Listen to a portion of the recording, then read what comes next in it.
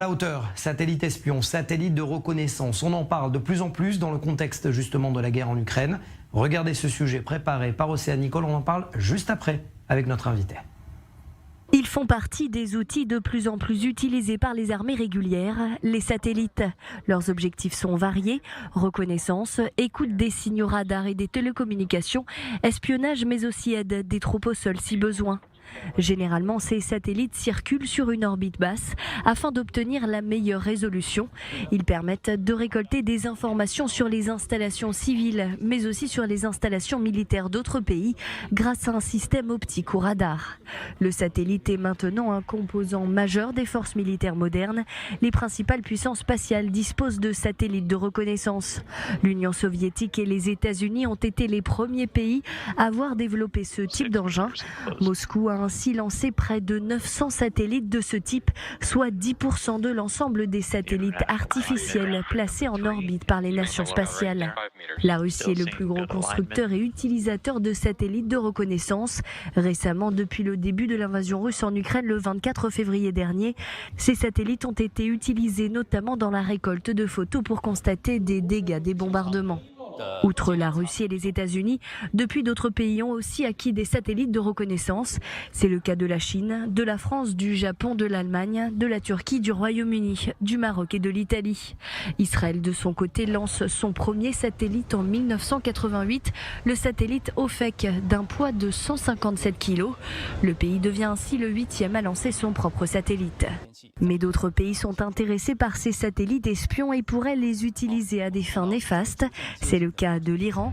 En avril 2020, Téhéran avait lancé son premier satellite militaire, Nour 1.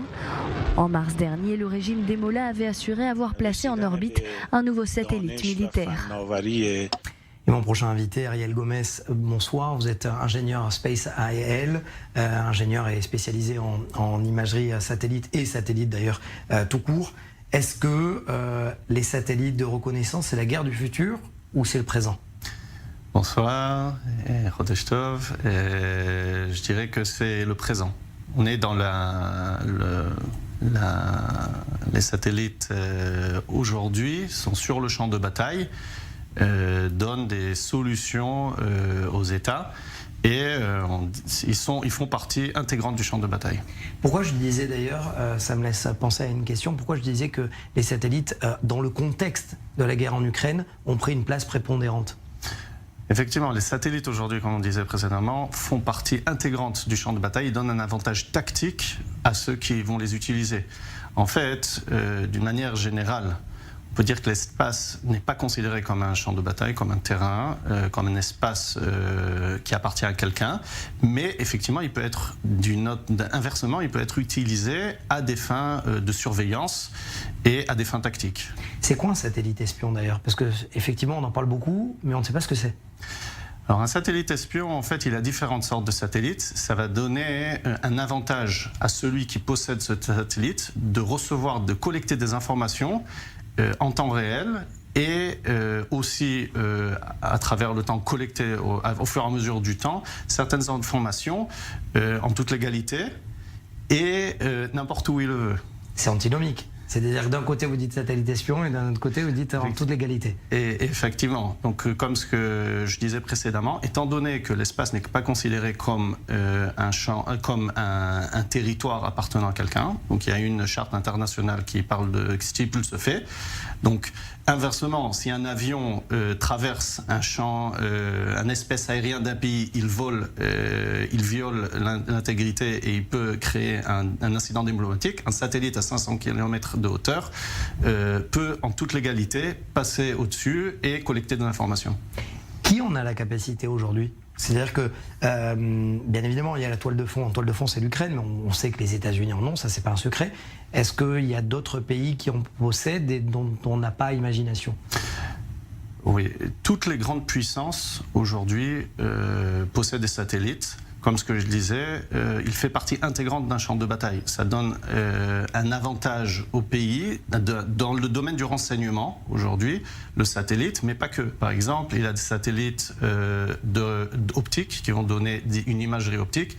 Il y a des satellites comme espions dans le domaine des télécommunications et aussi des satellites de positionnement qui peuvent être aussi utilisés en champ de bataille, donc, comme avec le système du GPS, qui aujourd'hui, Israël par exemple, ne se fie pas, et aujourd'hui on a d'autres systèmes inertiels, des systèmes de guidage qui sont indépendants de ça, mais en fait c'est une panoplie de solutions qui, comme je disais, vont donner un avantage tactique à un pays qui va les utiliser dans beaucoup de domaines.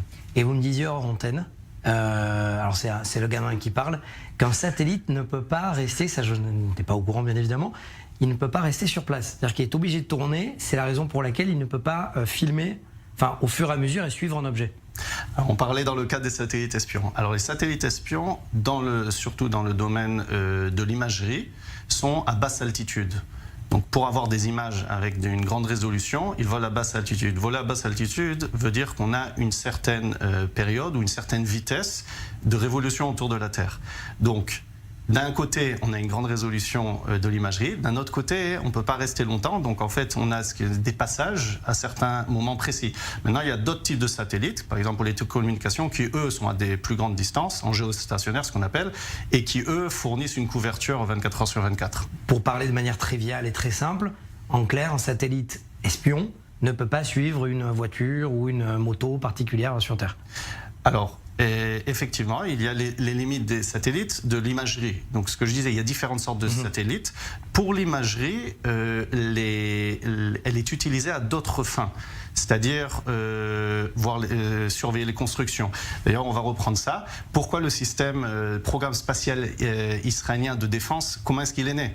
C'est suite aux accords avec l'Égypte dans les années 80, que du moment qu'Israël ne pouvait plus surveiller ce que faisait son nouvel ami, donc on ne pouvait plus faire passer d'avions pour surveiller que les accords étaient respectés, le programme spatial de renseignement et OFEC ont débuté à partir des accords de paix avec l'Égypte. Donc l'agence spatiale israélienne a été créée au début des années 80 pour pouvoir surveiller que les accords étaient respectés.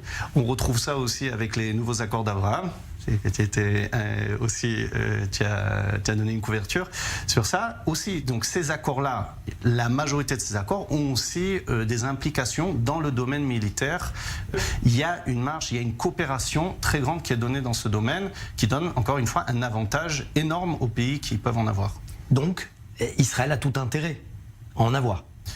Israël en a, et pour avoir ce genre de satellite, il faut un capital humain et technologique très développé. Et Israël est déjà là-bas.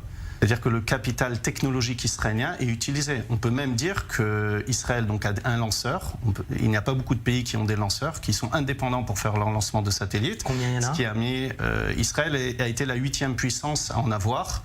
Après les États-Unis, les Russes, les Chinois, les Hindous, l'Europe aussi qui a son lanceur. Mais ce que je veux dire, c'est pas n'importe quel pays qui en a. Donc d'un côté, Israël est rentré dans le cercle des grandes puissances qui sont dans le spatial, un acteur très important, inversement au fait de la taille d'Israël et par rapport aux autres pays. Mais c'est un acteur très présent sur la scène du spatial. La différence rapidement entre le civil et le militaire ?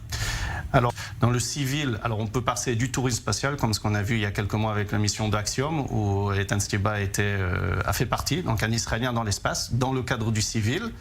Et aussi que les applications, par rapport à toutes les autres applications, donc on parlait en antenne, pour filmer par exemple les places de parking, une des startups aux États-Unis a développé le fait de pouvoir surveiller les parkings des grandes surfaces pour pouvoir en ligne dire combien il y a de gens dans le parking pour que les grandes surfaces puissent s'organiser, savoir combien ouvrir de caisses, savoir rechercher. C'est-à-dire que les applications sont énormes.